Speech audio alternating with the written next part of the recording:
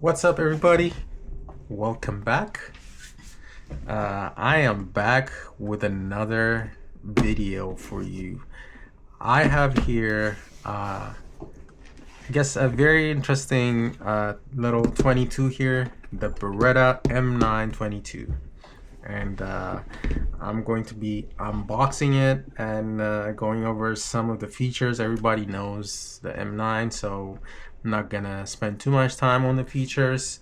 But the M9 itself is, I would say, as a kid, as a child, it was one of the most iconic guns for me. The M9 in 9mm, of course.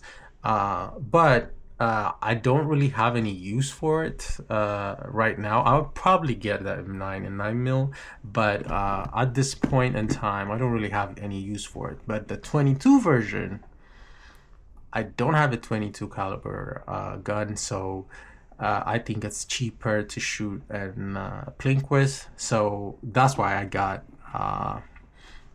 the 22 version, because I think I'm going to use that a lot more than the 9mm one. I have plenty of 9mm guns that I use, so I think this would have a lot more utility than the actual 9mm M9. And also, if you are a Beretta guy and you have an M9, this is actually a cheap way to practice with your gun, because all the features are there. But without further ado, let me just get into the unboxing. So yeah, this is how it looks coming from the factory. We have the main firearm here.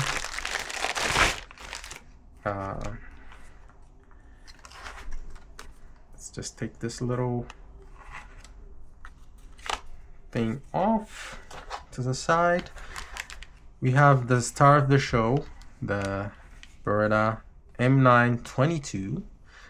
This is not made in Italy. This is actually made in Germany by Umarox, and I believe Beretta gave them the patents to produce that in Germany. But everything is exactly how you know.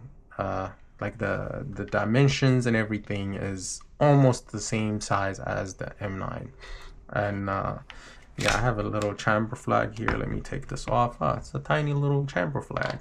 And the way they did the barrel, if you can see, 22 barrels are super tiny, so they kind of put a shield over it and made it look like the 9mm.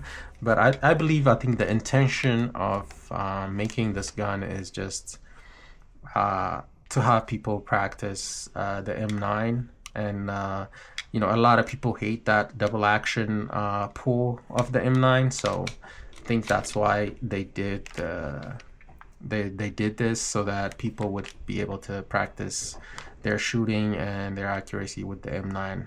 I'm gonna pull it a few times, but I'm gonna try to avoid pulling the trigger on the because this is a rimfire.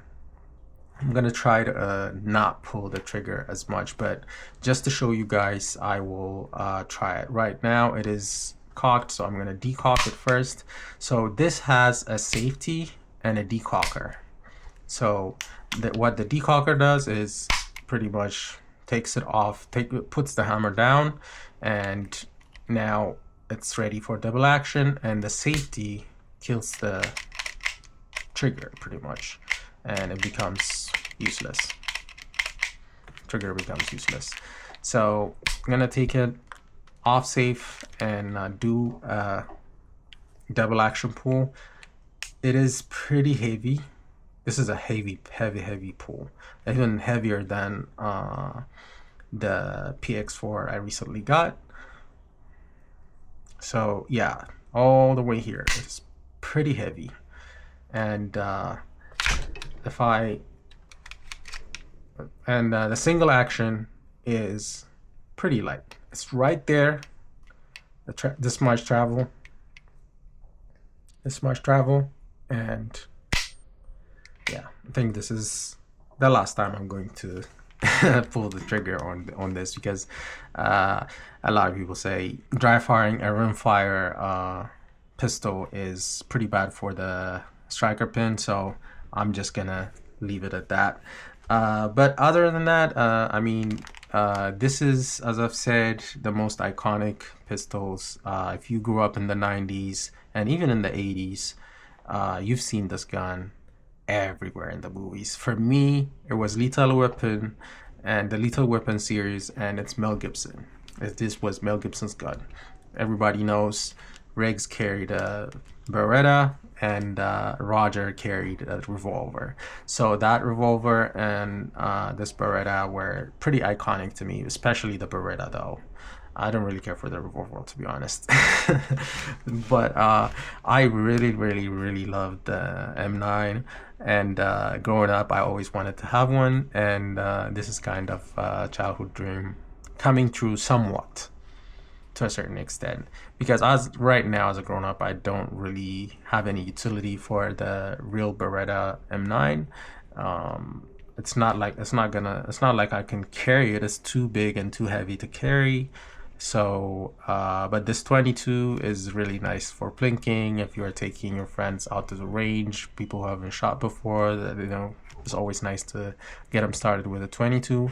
So I think this is a nice 22 rifle. And also from the reviews I've seen, this is supposed to be one of the most reliable 22 pistols out there. So you know, everybody knows 22s are finicky, so yeah, that's another benefit. I mean, if you can see here, the feed ramp is right there.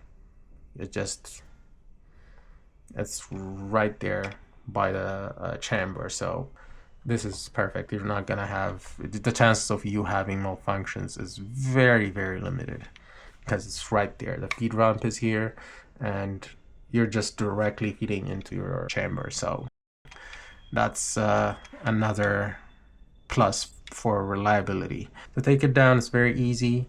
You press down here, and when you press down here, this lever comes up. This is what pinches and holds the takedown lever. So when you take it off, it comes off and you take it off. I think they put Cosmoline on this pistol. Look at all that is caked up in here. Like this is crazy. I don't know what kind of oil they used. I think when they got it from Germany, I'm pretty sure Americans don't usually do this. They use regular gun oil. I think this is from factory. Like, it's caked up. It is caked up here. And yeah, I'm gonna have to clean this stuff up and put proper gun oil in here. I mean, it is grease, but it's like thick grease. I thought it was Cosmoline, but it's thick grease. I don't know if it's coming through the camera, but it's just like grease caked up everywhere. And that looks super weird to me. I don't know what kind of oil they used, but yeah, I would have to do a little bit more. I'm just gonna wipe it off and put regular gun oil. I have like this Freedom Lube from Sears Gear. I'll put that on. So yeah, that's pretty much the gist of it. I'm gonna be taking it out to the range and plinking around with it. I'm pretty excited. And to put it back on, you put the slide back on, and you have to push this barrel back. Otherwise, when it's like this, you can't really put the takedown pin back. So you have to push. You hear a little click. Now you can push the takedown pin super easily. Put it back, and once it's back, yeah, and yeah, that's the Beretta M9-22 LR. That's how it is. And yeah, thank you for watching. And I know I don't ask people to subscribe and stuff, but if you want to support, please don't forget to do that. Other than that, I mean, in the box there is the manuals, the warranty stuff. What else is here? Provided. yeah, just regulation stuff, so it doesn't really matter. What else is here on this side? I don't know if anything is on this side. Yeah, I think this side is empty. So yeah, that's it. And also it came with one front sight. I don't know if I'm supposed to have the front and the rear sight, but it came with one front sight, one extra front sight, so I'll take it, I guess. I don't know why they included that, but we'll see if it's gonna break or anything. But yeah, this is pretty much it. Thank you for watching. Don't forget to follow if you want to support. You know, give me a follow on Twitter. I'm on Rumble as well. I don't post as much, but as I would like to. Yeah, I also have a Patreon support if you want. It's like $1 or $2. I don't know. It's the minimum amount value. So yeah, it would be nice to get to a point where this channel is able to pay for ammo and stuff, and I have a real job, so I'm not doing this to become a YouTuber. I only do this because, you know, especially my experience with my first couple of guns with my two Canics, looking around the internet, it was pretty tough to get accurate information, honest information, because people were pretty much, because they like the gun, they kind of don't tell you everything, and, you know, make you sound crazy, make you tell you like you have you're limb twisting. This is like the most favorite thing on the internet, especially regarding guns. It's just like everything is limb twisting, even though the gun is shit, they will tell you you're limb twisting. So I was gaslit into oblivion when I first got my first guns. So that's why I was like, I had a bunch of videos. I like doing videos generally, but the reason I kind of started posting regularly was because of that. You know, the more I know and the more I learn about guns and like the YouTube space, the more you understand that there's like crazy fanboys that will say and do anything for the particular brand of firearm they like. So you just, you know, if it helps out one person, I'm cool, one or two people.